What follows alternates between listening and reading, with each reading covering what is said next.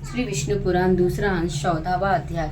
जड़ भरत और सोबीरान नरेश का संवाद। श्री परशुराम जी बोले, उनके ये परमार्थमय वचन सुनकर राजा ने विनयवंता होकर उन विप्रवर से कहा। राजा बोले, भगवान आपने जो परमार्थमय वचन कहे हैं उन्हें सुनकर मेरी मनोवृत्तियाँ भ्रांत सी हो गई है। हे विप्र, आपने संपूर्ण जीवों में व्यक्त जिस असंग विज्ञान का दिग्गज दर्शन कराया है वहाँ प्रकृति से परे ब्रह्मा ही है, इसमें मुझे कोई संदेह नहीं है। परंतु आपने जो कहा है कि मैं शिबिका को वाहन नहीं कर रहा हूँ, शिबिका मेरे ऊपर नहीं है, जिसने उसे उठा रखा है वह शरीर मुझसे अत्यंत पृथक है। जीविकाओं ने प्रवृत्त गुणों सत्व रज तम की प्रेरणा से होती है और गुण क्रमों से प्रेरित होकर प्रवृत्त होते हैं। इसमें मेरा कृतित्व कैसे माना जा सकता है?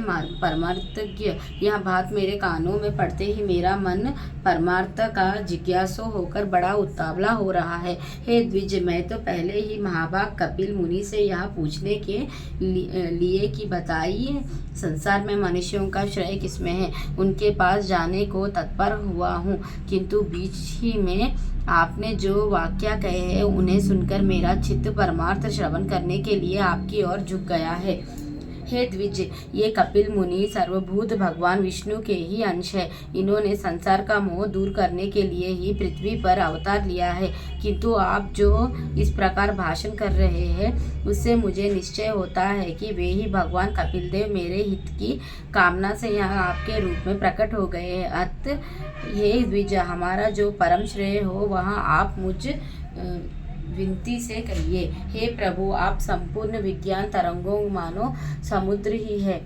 ब्राह्मण बोले, हे राजन, तुम श्रेय पूछना चाहते हो या परमार्थ? क्योंकि हे भूपते, श्रेय तो सब अपरमार्थिक ही है। हे नृप, जो पुरुष देवताओं की आराधना करके धन संपत्ति पुत्र और राज्यादि की इच्छा करता है उसके लिए तो वे ही परम श्रेय है, जिसका फल स्वर्ग लोक की प्राप्ति है, या वह यज्ञात्मक कर्म भी श्रेय है, किंतु प्रधान श्रेय तो उसके फल की इच्छा न करने में ही है। अतः हे राजन, योग युक्त पुरुषों को प्रकृति आदि से अतीत उस आत्मा का ही ध्यान करना चाहिए, क्योंकि उस परमात्मा का संयोग रूप श्रेय ही वास्तविक श्रेय है।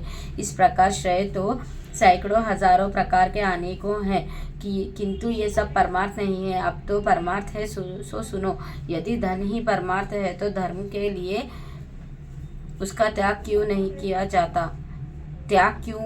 किया जाता है तथा इच्छित भोगों की प्राप्ति के लिए उसका व्यय क्यों किया जाता है?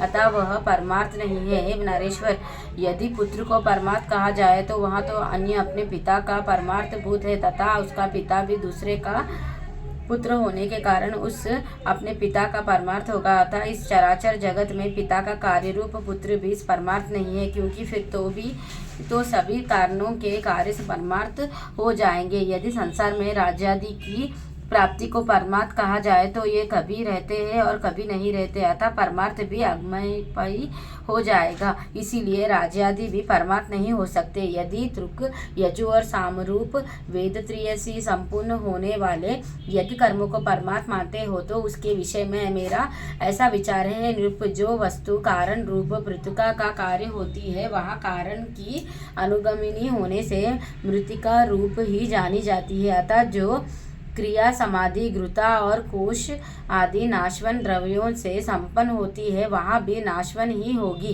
किंतु परमार्थ को तो प्राज्ञ पुरुष अविनाशी बतलाते हैं और नाशवन द्रव्यों से निष्पन्न होने के कारण कर्म अथवा उनसे निष्पन्न होने वाले स्वर्गादि नाशवन ही है, इसमें संदेह नहीं। यदि फलशास से रहित निष्काम कर्मों को परमार्थ मानते हो तो वहाँ तो मुक्ति रूप फला का साधन होने से साधन ही है, परमार्थ नहीं। यदि देहादि से आत्मा का परार्थ के विचार कर उसके ध्यान करने को परमार्थ कहा जाए तो वह तो अनंतमा से आत्मा का भेद करने वाला है और परमार्थ में भेद है नहीं, अतः वह भी परमार्थ नहीं हो सकता। यदि परमार्थ और जीवात्मा के संयोग को परमार्थ कहे तो ऐसा कहना सर्वार्थ मिथ्य है, क्योंकि अन्य द्रव्यों से अन्य द्रव्य की एकता कभी नहीं हो सकती।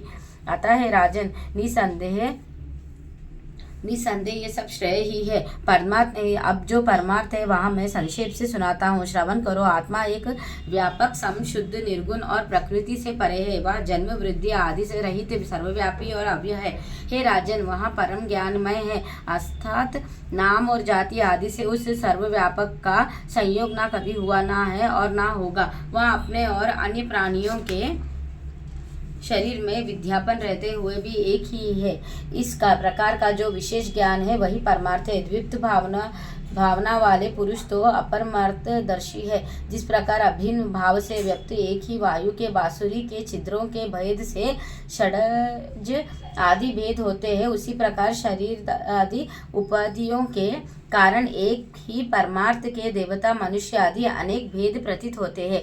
एक रूप आत्मा के जो नाना भेद है वे ब्रह्मा देहादि के कर्म प्रवृत्ति के कारण ही हुए हैं। देवादि शरीरों के भेद का निराकरण हो जाने पर वहाँ नहीं रहता।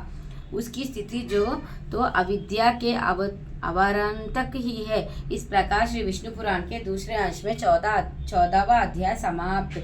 श्री विष्णु पुराण की जय। विष्णु भगवान की जय। लक्ष्मी नारायण की जय।